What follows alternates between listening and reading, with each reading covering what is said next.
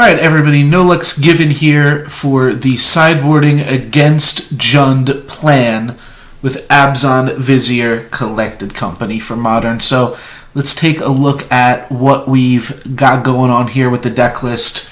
Here's the current deck list that I am running, as well as the deck list for this Versus series that I'm recording here with Dreams. Your list may vary, but for my specific Abzan build, here's what I'm going to go with. Also want to throw up on the screen, I'll do it this way. This is Reed Duke's Jund list with one small change, the Blazing Volley in the sideboard over a Grim Lavamancer. Both seem pretty sweet, but this is the list that we are going to be sideboarding against today, and it's also a pretty reasonable stock list for just what we might be looking at. So the biggest cards that we want to answer from this list are Grim Lavamancer, Scavenging Ooze, and I guess the Blazing Volley, and then also Grafdigger's Cage. So all of those cards are pretty important in the matchup. All of those cards die to Abrupt Decay, and basically the game plan against Jund, if you've ever tried to play against it with an Abzan Collected Company, I mean, you can look. The other thing to note here, how many 1-mana spot removal spells do they have? Well, if we're just counting the spot removal spells, not the discard, they've got 7. So we really don't want to just be playing 8 different, not Eternal Witness, 8 different 1-drop creatures here that just die to removal spells. Yes, they're very good. Yes, you can generate infinite mana with this 2-card combo, but trying to have 2 specific cards in play against Jund is actually pretty dang difficult. They've got Lightning Bolt, Fatal Push, not to mention the Inquisition and Thoughtseize coming out of the deck. So the first thing that I like to do is trim up on these numbers. So I'm going to start with that. And you know what? Let's move the Ballista and the Court of Calling over. I am just going to put the cards that I want to board out right here, just so we can see it visually. What's even harder than a 2-card combo is a 3-card combo of Kitchen Finks, Vizier, Viscera. So the Viscera's definitely got to go. Yes, Infinite Life does beat them, and yes, you will even beat them with Infinite Life in some of your game ones, which is what feels super awkward. You can beat them in their game ones a lot of the time because Liliana of the Veil is actually just a really clunky card. It's one of the best cards in Jund and one of the main reasons to play the deck.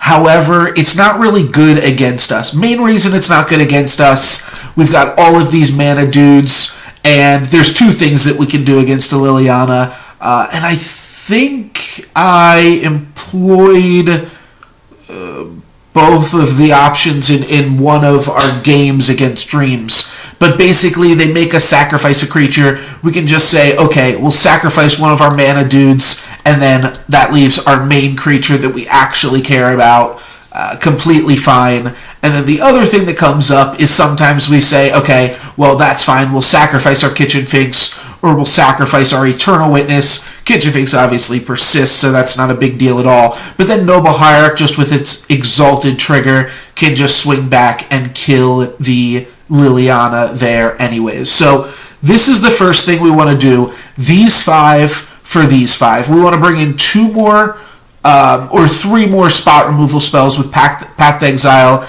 and 2 Abrupt Decays. A lot of people aren't running any Path to Exile's main deck in Abzan. It's kind of a metagame call. I really like it just because I know things like Scavenging Ooze exist and they can be kind of problematic.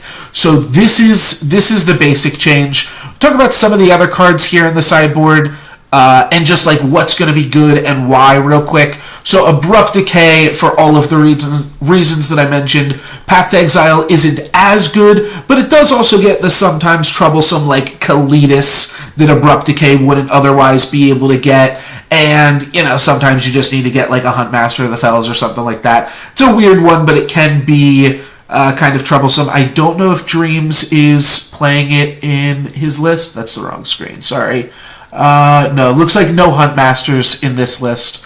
But yeah, this is what we are that's the list that we're going to be playing against. So we don't really have to worry about anything big that dies to Path to Exile that doesn't die to Abrupt Decay, but it is still good just to have more copies of Path to Exile, and there's Path to Exile is a pretty cheap, efficient threat. Bringing in Scavenging Ooze because it answers Tarmogoyf. It also answers Culligan's Command. You're going to see that a little bit higher in numbers generally against Jund, but we're only seeing one in the Reed Duke list. That's fine. It also does help win the Scavenging Ooze battles. Dreams talked about it also is like a mana sink, so if we are able to generate infinite mana, even though we're not going to be leaning on it, and I have done that a few times before on stream where I just generate infinite mana and then my Scavenging Ooze makes their Tarmogoyf into a 0/1, and that's pretty good still too. But yeah, it stops Culligan's Command is like the main thing. Their Scavenging Oozes are definitely much better than our Scavenging Oozes because they stop more stuff in our decks. However, we generally have a mana advantage, and we generally also have a green mana advantage just because our deck is more heavily green. We play 2 basic forests, they play 2 basic swamps. We also just play a lot of mana dudes, so sometimes we can just activate Ooze more often than they can, which can put them in weird situations where they have to chump block or something like that. Ooze can get out of Lightning Bolt range, so it's like a 2-mana 4/4, which can be pretty sweet. But that's pretty much all I have to say about Ooze. And then Voice of Resurgence seems like a weird one. I think it's getting pretty good in this metagame. Again, it's a weird sideboard card, though, maybe, because a lot of times you're used to seeing this card main deck. There's just so many 2-drops that I want to be playing main deck here, so I keep mine in the sideboard, but I still really like it against anything grindy, of which this matchup is. Everything else, to be honest, like you could almost board in everything in this matchup other than Eidolon of Rhetoric. That's the only card that we're going to not board in here. Each player can't cast more than one spell each turn. That's not really going to help us any, but the other cards, like maybe in some... Okay, knock that off. Maybe some crazy builds of... Can I supersize these? Alright, yes I can. Maybe some weird builds of Jund are going to have like Engineered Explosives and Nihil Spellbomb and like Glissa Trader of Get or some shit. But, or not even Glissa Trader of Get, right? Glissa the Trader. Yeah. So, like, I don't know. I'm just making shit up. You're never going to see this card in Jund, but it's sweet. You're probably never going to need to board in Stony Silence against Jund, but then in this middle row, I have a bunch of maybes. So we know we're boarding out these, and we know we want to board in these. Obviously, you won't have this much time to deliberate while sideboarding.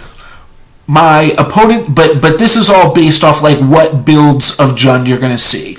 Does your opponent have Traverse the Ulvenwald? If yes, you bring it in. If no, you board it out. Does your opponent have Dark Confidant? Well, you might want to consider Orzhov Pontiff.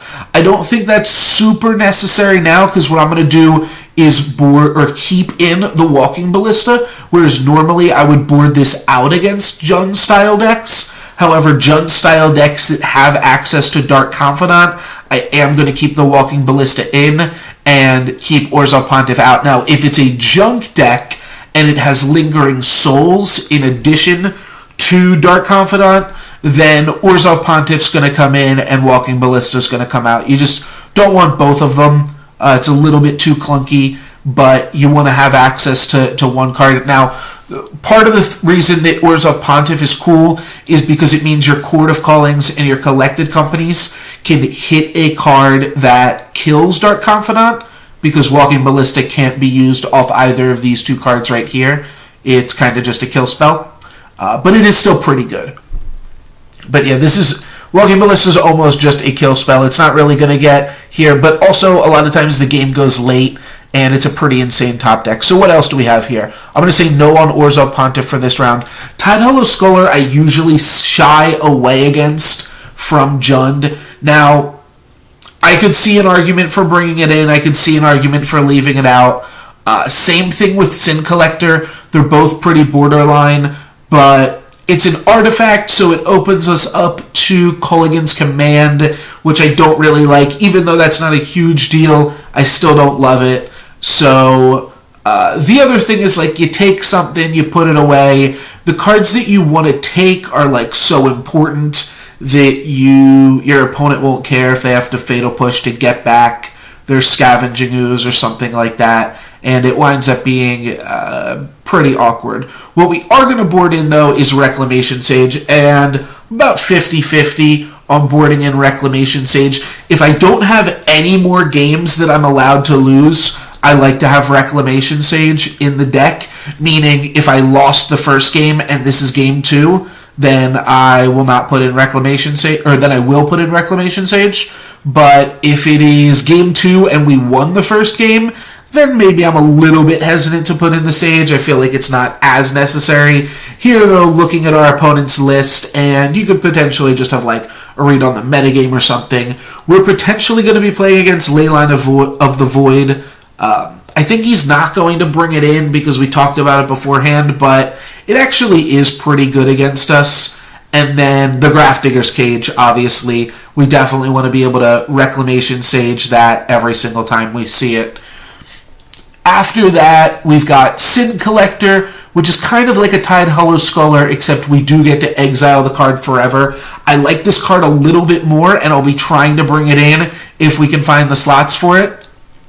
There's also Linvala, which is a pretty big monster, and one of the cool things about Linvala is she does shut off half of the cards that we said we wanted to shut off. It shuts off Scavenging Ooze and Grim Lavamancer. Doesn't shut off Grafdigger's Cage, but still does a pretty decent job outside of that. So I kind of like it. I just don't know how I'd board it in. And then Fulminator Mage I do like as well. Generally, I bring in Fulminator Mage against Jund decks only if they're playing Raging Ravine. If it's like a Death Shadow, what do you call it? Like, I guess just a more aggressive Jund list that doesn't play Raging Ravine for whatever reason, then I don't put in the Fulminator Mages. But sometimes you can mana screw them. More often than not, we're just trying to use this as a kill spell. But I could also see not bringing that in and trying to find room for Linvala. But let's go ahead and start swapping out cards here. So let's get out 5. The other thing that I'm going to do is I'm going to cut 1 or 2 Court of Callings. I don't really love cutting Court of Callings in this matchup, but we've seen a lot of cages coming in against us, and I'd rather have these cards that can help answer the cage. I think I'm just going to cut 1. This is like my basic sideboard plan. I still haven't totally decided on these 3 cards what I want to do with them. So the options for putting those in are cut more Devoted Druids, cut more Viziers, could cut the Selfless Spirit. Selfless Spirit isn't super good against our opponent's build of the deck. A lot of the times, I mean, Selfless Spirit starts in the sideboard sometimes too, but a lot of times I think you are going to want to board it in because you are going to expect something like Anger of the Gods. There's also some lists that play like Flaying Tendrils or some weird things like that, but Selfless Spirit, and our opponent does have Blazing Volley, so we potentially want Selfless Spirit to try to help answer that.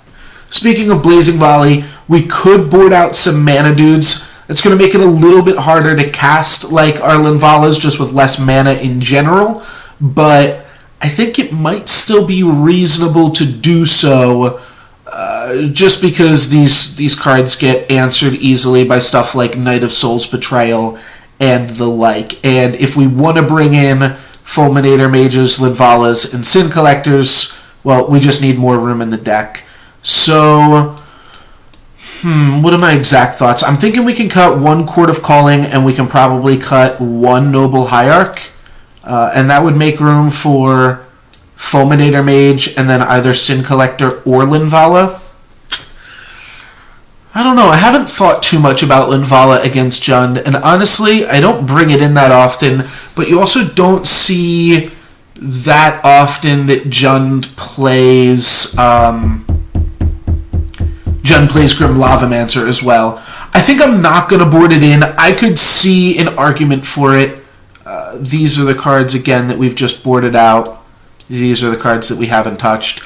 But I could see an argument for boarding in the Linvala here, but I'm not going to go ahead and do it. I'm just going to roll with this, and I think this is pretty solid. So just to talk about the matchup, these are the best cards in our deck, and these are the cards that we're trying to rely on to out 2-for-1 Jund, and then those alongside like the Gavany Township as well.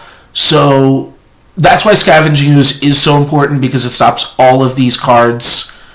We're not playing that many Court of Callings, but I think that might be okay. Just means we're not going to get stuck with bad Court of Callings against his Grafdigger's Cages. There's always like a balance, like, sure, we could just, like, what if we didn't board in Reclamation Sage, and then we boarded out, well, not the Walking Ballista, but, like, what if we boarded out all of this shit, and then, you know, just boarded in this? Well, that would be pretty crazy. And you could do something like that, but a lot of times sideboard plans like these, where you're plan to like next level your opponent by bricking their best sideboard card, like there's the reason the deck is called Collected Company, and the reason people play Grafdigger's Cage is because this card is so good, and you would rather just hope that your opponent doesn't have it rather than or try to blow it up with Abrupt Decays and Reclamation Sages, rather than just not playing it at all, because then you're not playing to your deck's own strengths. That, I think, is pretty much it. I guess one other thing to note, Scavenging Ooze can take your opponent off of cards in the graveyard, so that way they can't activate their Lava Mans. Oh, one card snuck out of the deck somewhere. How did that happen? Was I just not paying attention to my numbers? Is that what happened? I boarded out too many Court of Callings. Oh no, Walking Ballista snuck out. Alright, so this is the list that we are going to play with, and that'll be it for our next 3 sideboarded videos. You can just continue watching this playlist to see the last 3 games in the best of 5 against IxidorsDreams on Jund.